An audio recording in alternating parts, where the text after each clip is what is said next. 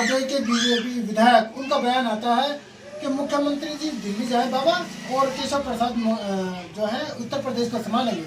उनके बयान को कैसे देख रहे हैं आप? किसी चीज को उतना ही देर तक ढक सकते हो स्टोव पे, गैस पे, जब तक कि उसमें उबाल ना आ जाए, और जब उबाल आता है तो उस ढक्कन को फेंकने का काम करता है, तो गैस निकलना चाहता है। और जो भूमिका विपक्ष को निभाना चाहिए, उसी भूमिका को अगर सत्ता पक्ष के विधायक निभाने लगे तो समझ लो भैया कि उत्तर प्रदेश में ठीक ठाक नहीं चल रहा है। जब सरकार का विधायक ही सरकार पे उंगली उठाने लगे, सरकार का विधायक ही जब पुलिस से पिटने लगे, जब सरकार का विधायक ही कुर्ता फड़वाने लगे और ये कहे कि उत्तर प्रदेश में भ्रष्टाचार की सीमा पार कर रही है, तो मैं समझता हूं कि इस बयान को महामहिम राष्ट्रपति महोदय को भी संज्ञान में लेना चाहिए, क्योंकि उत्तर प्रदेश किसी की बाप की बपौती नहीं है। उत्तर प्रदेश के लोगों का है। उत्तर प्रदेश को लूटने की आजादी किसी को उत्तर प्रदेश की आवाम नहीं देगा। अब जब भारतीय जनता पार्टी का विधायक नंद किशोर गुर्जर कह दे कि भ्रष्टाचार की चरम सीमा पार हो रही है, मुख्य सचिव से लेकर के निचले स्तर तक के अधिकारी बिक चुके हैं, तो रह क्या गया भाई? हम कहेंगे तो कह दोगे कि ये विपक्षी पार्टी है, ये तो हम पे आरोप लगा रहा है। अरे भैया, हम आरोप नहीं लगाते, हम विपक्षियों का धर्म बनता है कि जब जब सरकार गलत चले तो उसको आईना दिखाएं, लेकिन जब भी हम आईना दिखाने का प्रयास करते हैं हमारे ऊपर फर्जी मुकदमा करोगे, तो घर से निकलने नहीं दोगे, धारा 144 की बात करोगे। अब कर लो ढाक के 3 पात। तुम्हारे अपने विधायक, अपने लोग आज त्रस्त हैं और यही कारण बनेगा इस सरकार के पतन का। लेकिन बार बार उत्तर प्रदेश के मुख्यमंत्री योगी आदित्यनाथ का दिल्ली जाना और उधर से बीजेपी के विधायक का बयान आना, क्या वाकई में लग रहा है कि पलटने वाला मामला? देखिए, भारतीय जनता पार्टी को आम जन से कोई लेना देना नहीं है। कौन मर रहा है, हिंदू मर रहा है, मुसलमान मर रहा है, शिक्षा व्यवस्था चौपट हो चुका है, स्वास्थ्य व्यवस्था चौपट हो चुका है, प्रशासनिक व्यवस्था बिल्कुल चौपट है, उससे कोई लेना देना नहीं है। बस एन केन प्राक्रेन भारतीय जनता पार्टी की सत्ता किस प्रकार सुरक्षित रहेगी, उसी पे ये लोग एक्सरसाइज करते हैं। कभी दिल्ली पहुंचते हैं, दिल्ली वाले यूपी पहुंचते हैं, यूपी वाले दिल्ली पहुंचते हैं। इसको ज्यादा ध्यान में लेने की जरूरत नहीं है हम लोगों को। हम उत्तर प्रदेश के वासियों को, पढ़े लिखे लोगों को उत्तर प्रदेश की भलाई पे नजर रखना होगा और ऐसे सत्ता लोलुप्त पार्टी को उत्तर प्रदेश से खदेड़ना होगा। श्याम प्रकाश बीजेपी के विधायक, जिन्होंने योगी को कहा कि आप दिल्ली चले, उन्होंने बोला है कि केशव प्रसाद मौर्य ने मुझसे ये बोला है कि आपको सार्वजनिक बयान नहीं देना चाहिए। तो लगता है कि केशव प्रसाद जी मुख्यमंत्री बनेंगे? केशव प्रसाद जी मुख्यमंत्री बनेंगे या नहीं बनेंगे, मैं आप जरा पता तो करें। क्या आदरणीय मोदी जी इस्तीफा देने जा रहे हैं, प्रधानमंत्री बनने जा रहे हैं योगी जी?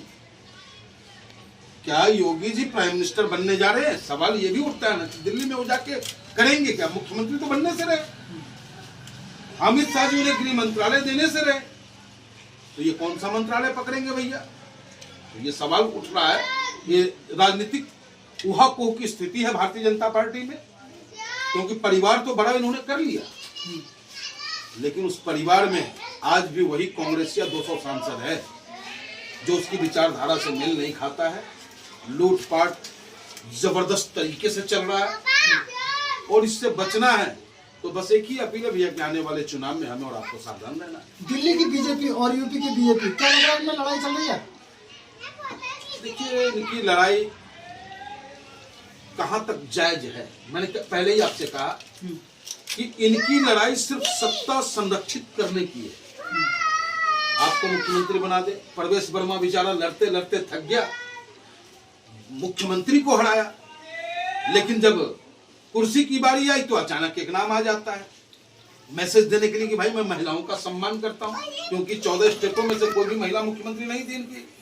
लेकिन आज भी दिल्ली की जनता कहीं ना कहीं परवेश वर्मा की तरफ देख रहा है, लेकिन क्या करें, उन्हें तो अपना सत्ता सुरक्षित करना है, कुर्सी सुरक्षित करना है। दिल्ली का विधायक चिल्ला चिल्ला के कह रहा है कि हमारे उनका विजेंद्र गुप्ता लेटर लिख रहा है राज्यपाल को, लेटर लिख रहा है प्रधानमंत्री को कि भाई यहाँ का अधिकारी हमारे विधायकों का सुन नहीं रहा है। तो कल तक वही बातें जब केजरीवाल कहता था तो कहते थे कि भाई ये तो बस लड़ने के मोड में होता है, अब तुम्हारी क्यों नहीं सुन रहा है।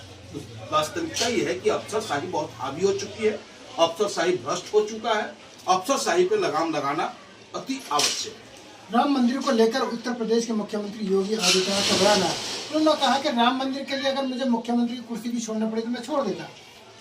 लेकिन अब नंद किशोर गुर्जर का बयान आ रहा है कि वहां पर बड़ा घोटाला हुआ, जमीन गरीबों की जमीन छीनकर बड़ा बड़े नेताओं को। ये तो अचानक हुआ ही। वहां का मेयर वही शुक्ला जिस जमीन को 300 रुपए में खरीदता है, वही जमीन दूसरे दिन अयोध्या कमेटी को जो है जो अयोध्या का जो हमारा मंदिर की कमेटी संस्था है, उस जमीन को 100 रुपए में बेचने का कार्य करता है।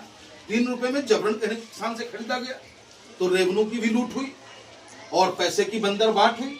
सरकार सब जान रही है। आज वहां के लोग, ठीक है कि अयोध्या का भव्य विकास हुआ। नहीं, सवाल यह है कि नंद किशोर आरोप लगा रहे हैं, लेकिन योगी कह रहे हैं मैं राम मंदिर के लिए मुख्यमंत्री कुर्सी छोड़ने तैयार हूँ। अब कहाँ छोड़ेंगे वो?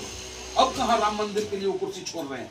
ठीक है, उनका कहना अपनी जगह हो सकता है, जो उनका अपना आइडियोलॉजी, उस आइडियोलॉजी से वो बात कर रहे हैं। लेकिन उन्हीं का विधायक जब ये कहता हो कि क्या ये पाकिस्तान और बांग्लादेश है जहाँ की राम कथा और कलश यात्रा पे रोक लग रही है, तो अब क्या करेंगे मुख्यमंत्री जी?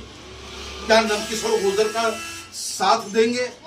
क्या नंदकिशोर गुर्जर के खिलाफ जिन अधिकारियों ने कपड़ा फाड़ने का काम किया, धक्का देने का काम किया, पीटने का काम किया, क्या उस अधिकारियों पे मुख्यमंत्री जी कार्रवाई करेंगे?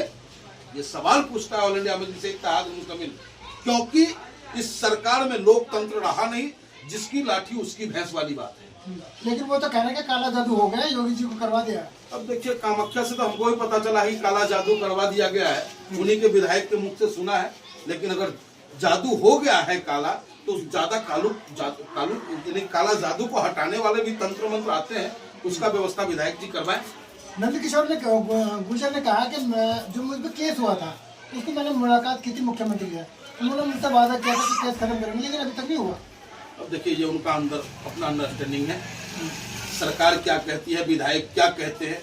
लेकिन जो विधायक अभी वर्तमान में, चाहे क्या नाम बताया आपने, श्याम प्रकाश या नंद किशोर गुर्जर हो, इनका दर्द आम उत्तर प्रदेश वासियों का दर्द है। क्योंकि जब विधायक पिट सकता है तो हम जैसे विपक्षी कार्यकर्ताओं की क्या हैसियत है। जब विधायक को धक्का मारा जा सकता है तो आम कार्यकर्ता की क्या हिम्मत कि वो थाने और चौकी में जाकर के फरियाद की बात कर सके। केशव मौर्य बार बार मुख्यमंत्री के दावेदारी की बात करें, जो खबरों में आ रहा है, लग रहा है कि मुख्यमंत्री बन पाएंगे। देखिए, बनना चाहिए, क्या दिक्कत है। केशव प्रसाद मौर्य पिछड़े वर्ग का नेता है, जिस समाज से आता है उसका अच्छा मतदाता भारतीय जनता पार्टी को वोट करता है, तो वो तो उसका अपना अंदरूनी मामला है।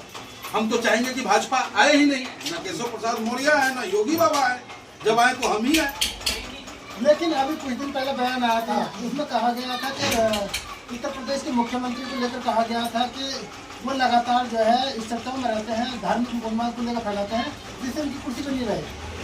देखिए, मैंने क्या कहा, ये उनका अपना पैटर्न हो सकता है। हम तो साफ शब्दों में इतना ही कहेंगे कि योगी बाबा, सरकार संविधान से चलाइए। बाबा साहब अम्बेडकर जी ने सबको इक्वल राइट दिया है, उस हिसाब से चलाइए। विपक्षियों पे जो आपका डंडा कैरा पड़ रहा है उसको रोकिए, और सबसे पहले तो अपने विधायक को ही न्याय दिला दो आप, बाकी बाद में देखेंगे। लेकिन अखिलेश यादव भी कह रहे हैं कि 100 विधायक लाइए, हम मुख्यमंत्री बना देंगे। देखिए, अब अखिलेश जी के राज को भी हमने देखा है, कहते कि हम वो लूटा बा तू वो लूटा, अब लूटे के आजादी बा।